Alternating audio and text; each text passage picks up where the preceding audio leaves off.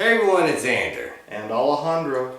Now, if the last chapter was too short and not full of enough of Naylor's bullshit for you, then look forward to this chapter. Here's chapter 16, Lucy Black.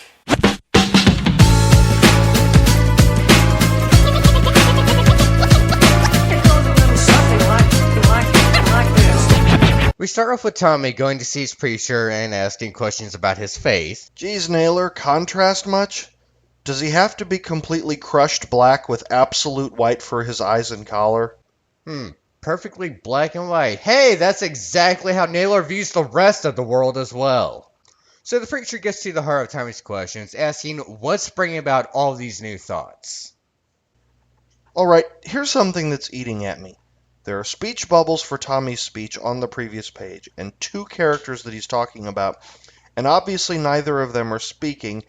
That could be distracting for some people. Why would you do that? Getting back to the story, Tommy talks about how his mother wants him to go back to Rachel and forget about Lucy. Yes, because clearly the most important thing here is that she's a good Catholic girl, and not the fact that she's the most ridden whore on the campus. And the priest doesn't help matters either by asking if Lucy is a Protestant, as if that has any real significance at all. Look, the Catholics looking down on Protestants is only funny when Helsinger Bridge does it. Well, now that that's over, how about we go back to my place for a bowl of my favourite cereal? Frankenbit! Oh, son of a Protestant whore! So Tommy has to explain that Lucy's an atheist, while showing a spread of her lying on the ground like some kind of pinup model as if to glorify this. And the priest retorts that dating a girl that doesn't have faith will cause him to lose faith himself. Wow, the priest just insulted Tommy right to his face, calling him too stupid to practice faith if he doesn't have a Catholic girlfriend. So, by strawmanning the Catholic Church, now of all things, Tommy brushes off religion, pulling a 180 and calling it a crutch. Did Naylor have to draw a heart in Lucy's dialogue box instead of having her say something? Given we know how well his writing comes off, it's probably better that's all he did. But we now return to the dorm house, which Rachel has conveniently managed to move out of, and the girls discuss their vacation plans. Starting off with Beth working at an adult store. As if she doesn't have enough toys already, and I'm sure that's going to make editing some of these pages awkward. And Lucy then brags that she's going to be working for CNN Radio as an intern. Okay, first off, CNN Radio as in the actual CNN or something else? Because how the hell would she get an internship at... Oh, never mind, it's Naylor. And second of all, just what we need. One of Naylor's characters given the ability to soapbox to an audience. So, Ms. Fluke, and the rest of you feminazis, here's the deal. If we are going to pay for your contraceptives and thus pay for you to have sex, we want something for it. And I'll tell you what it is. We want you to post the videos online so we can all watch. Oh, come on. You all knew that was coming. Next page is a whole lot of fan service and careful camera angles. Anyways, the page basically says Lucy and Tommy will be near each other and not much else. We jump to Lucy coming back home to see her mother, and we find out, what a fucking surprise, her and Sam are getting married. You're still a slut and a homewrecker, Sheila. I'm never gonna let that go. By the way, exactly how did Lucy get Tommy again? Remind me. Yeah, like mother, like daughter. Sheila goes on about not wanting to set a date and wanting to wait for Fisk to return home. She also mentions Sam has his own business and how Sam will give Fisk a job. Yes, that's such a great idea. As we know, Sam's job previously involved helping train people to use guns, so I'm sure it's still in the same field. And what do you want to do? Give a job to the kid whose childhood you helped ruin? Yeah, you expect that not to blow up in your face? And quite literally at that. So we finally get to meet the other interns Lucy is going to be competing with, and oh boy, it's story time! So do you have something to top the fact that in this comic mice represent the Jewish people and that he's being a racist fuck again by having a mouse in charge of a major media corporation? I do, actually. Now, these two interns, aside from the obvious fact that they're going to be strawmanned, they're actually, I'm not joking, based off people Naylor doesn't like. Jesus Christ. Yeah. I don't remember the exact details, and if anyone does, please leave a comment below on the video. But basically, Naylor used to roleplay online, and he ran into two girls he didn't like. One he thought was an idiot, the other one didn't buy into his bullshit and was actually able to out-debate him. So what does he do? He runs to his little comic to defeat them. It'd be funny if it weren't so pathetic. No, what the heck, I'll laugh anyway. For the comic, the names are Cindy Southside and Diana Dirkland. And again, if you know the full details of Naylor's beef with these girls, by all means, leave a comment.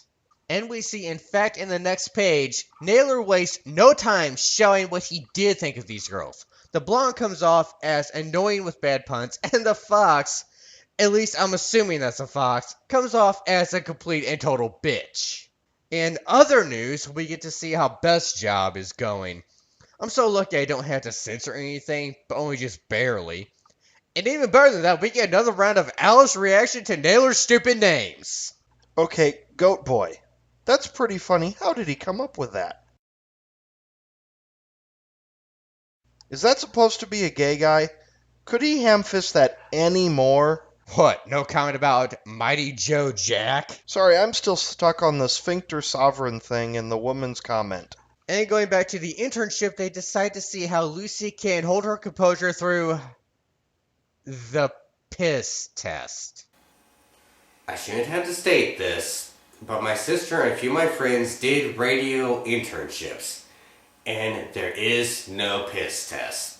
Stabbing victim test, terrorist attack test, poltergeist invasion, and my personal favorite, surprise orgy in the recording studio, but no piss test. Sadly, I could see some of those being plausible. But enough of that, time for my own complaint. Pee noises.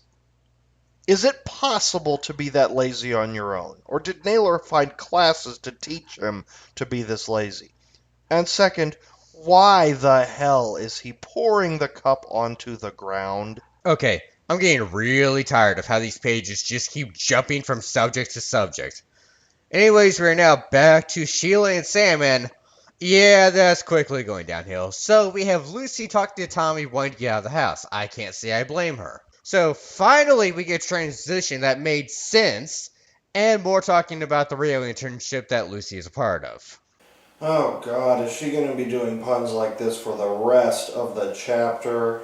If we see her again, but I don't think we do, because the other one is the one that Naylor really hates. You know, I would really like to meet these two girls in real life. Yeah, so would I. I want to give them a medal or a trophy or something for getting underneath Naylor's skin to this level. So of course, in typical Naylor fashion... Don't even finish saying it. The other girl is fucking the night manager. Yeah, so it's giving her an edge in how she gets to tell the news stories. I love how perfect it is. That there's no one that can catch what these two are doing. He specifically says there's no one from the day shifts to stop it. Of course, it's also Lucy gets to be the big hero of the story. Again. Hey, who knows? Maybe she'll fuck the night manager as well. Being a horse practically a superpower in this comic. The two continue to argue on the next page, and we see more and more of how Diana thinks and is supposed to be twisting the story. The problem with this is Naylor doesn't give us the full story. We're given bits and pieces of the news story, but we don't know the full actual story, so we don't know who we're supposed to side with. Also, another spelling error. And to make things worse for Lucy, the Fox girl is more likely to be higher than her. Okay, Cosmopolitan. What, is that Naylor's new $10 word of the day or something to make him sound smart? He probably used a thesaurus to find it. So Tommy talks to Lucy and convinces her to basically dig up as much dirt on her competition as possible and says to consider it practice. Okay, before you even get started on this page, what the hell is with Tommy's face? What are his parents doing, starving him? Given how Naylor writes his characters, he probably is being starved at home. And this conversation between the mother and daughter, it's a train wreck. No, it's a plane crash. We've already established Naylor can't write dialogue between mother and daughter. Moving on. And now it goes downhill. Okay, further downhill. It starts off with Tommy's mother being over-controlling and degrades by the end of the page when Tommy decides to be a smartass to his own mother now. Yeah, I'm really going to feel sympathetic for the guy who's being a dick to his own mom. And oh boy, if it couldn't get any worse, we actually see the parents now. Looks like typical Naylor parents to me, a mother that's paranoid and a father that just doesn't give a shit. Well, it gets worse. In the middle of the mother yelling and the father not giving a fuck, they get a guest. And guess who it is?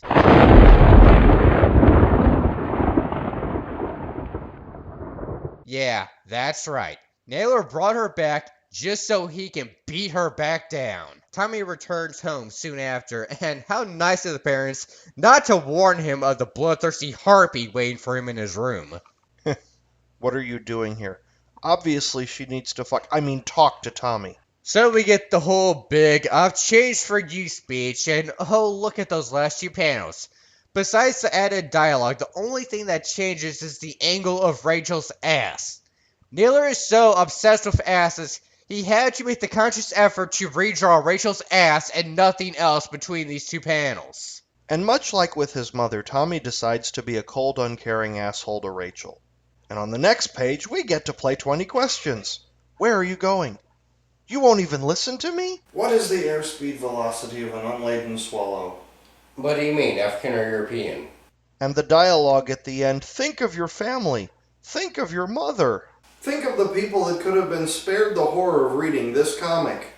So Tommy goes to vent to Lucy now. The two end up talking and we get Lucy's comments. I can't imagine being that angry with my mother. You can't?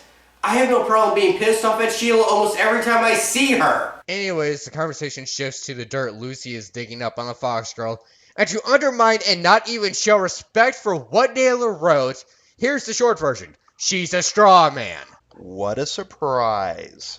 Moving on to the next page. Wait, Scritchel? Okay, so let me get this straight. You can't use standard sound effects. Instead, you do crap like peeing noises. And then whenever you try to do something like scratch, you even screw that up? Naylor, if you're trying to be different from every other comic, you're just making yourself look like an illiterate jackass. Not much more to know other than the two end up screwing each other. And no, I wasn't joking. Look at the next page. Tommy wakes up on his own. Lucy's already left early to drop off her little research report. And Sheila knocks on the door, startling Tommy. You know, I'm only slightly surprised Sheila didn't fuck Tommy as well. Maybe there's a one-man stealing rule in effect. And he can't even spell knock knock right. So we have Lucy bringing forth all this evidence in front of the head of the radio company and being the big hero that knows everything. Well, it sure is a good thing that Lucy is around to tell them these things. I mean, ordinarily, they do research on who they intern on their own. I mean, if they were a major news media outlet, that is, oh, wait, they are. This is fucking CNN. So to get on with wrapping this chapter up, the girl gets the job with night broadcasting, and Lucy gets moved onto doing reporting, and the head of the studio will be replacing the night manager. And going back to the house, we see Naylor showing no subtlety at all, showing how oh so great both Tommy and Sheila are. Yes, because it's not like one of them is a snarky asshole to everyone but Lucy, and it's not like the other one's a complete total homewrecker. Oh wait. Lucy comes home, gives the good news, and that's the end of the chapter. Thank fucking God. Overall, this chapter shows how petty Naylor can be to the most extreme level. I don't know if he'd ever sink this low again, but back then, yeah, he was pretty pathetic about this. Well, when I read this chapter, I read it pretty quickly because I just didn't think I'd care. And then I read it a second time slower, and I still didn't care. But we have characters. You see, someone in a previous video made a comment, why don't we make a segment where we say what he could have done better? Well, the problem with that is I would start repeating myself endlessly because he never learns from his mistakes. You see it in chapter 1, you'll see it again in chapter 20, whatever. If there's a character that gets development that you're never going to see again, he does that over and over again. If there's a character that is completely taken out of a previously established character routine set of traits, he does that over and over again. If you see Strawman, he does that so much he could almost win a frequent Strawman award. You think he has a farm? Exactly. The problem with his writing is that I've discovered the biggest problem I think with his writing is that it suffers from severe segmentation. He writes in little segments that are supposed to grab your attention for a very short period of time, and then he moves on to a new segment which is usually irrelevant to the prior segment. For example, during the previous chapter, he has a segment where we just see what Fisk is doing. Then we have a segment that only vaguely relates to that, just with the arm injury thing. It's like there's very little cohesion. It's like, oh, he injured his arm, and you end up going, what else? That's it? And you wasted a whole segment on that? And then it got worse in this chapter you saw where he just kept jumping around from setting to setting. You know, so first we're talking about Beth's part-time job, then we talk about the internship, then we go to the present time, and just back and forth constantly. There was almost no smooth transition between page to page whenever they switch subjects like that. Right, the segmentation can work if you do it right. I've seen anime do it right, I've seen American cartoons do it right, I've seen books do it right. When you have a segment about a whole idea, the entire idea has to be wrapped up within that segment. It's like a mini version of the entire story. If the whole book or whole movie or whole cartoon or whole anime has to have a beginning, a climax, and a falling action, the segment has to do the same exact thing. It has to reach its climax and have falling action and conclude. And all of his segments are little more than... It strikes me as someone who's on a caffeine rush. Oh my god, I have to do this. Ooh, that thing there also. It's like you gave someone with severe OCD or ADD a large amount of caffeine. That explains a lot about his writing style. And that's basically the biggest problem with his writing. It's the only problem that becomes it's the source of all the other problems. If he didn't segment like this, if he had cohesive areas of the story, he probably wouldn't be able to strawman as much. He probably wouldn't be able to give as much character development to useless characters.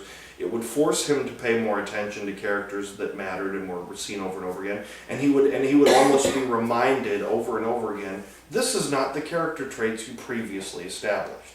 But as we know, Naylor doesn't care about writing a good story. He cares about soapboxing. Mm-hmm. And that's basically it. Show me how to lie, you're getting better all the time. And turning all against one is an art that's hard to teach. Another clever word sets off an unsuspecting hurt. And as you step back in the line, a mob jumps to their feet.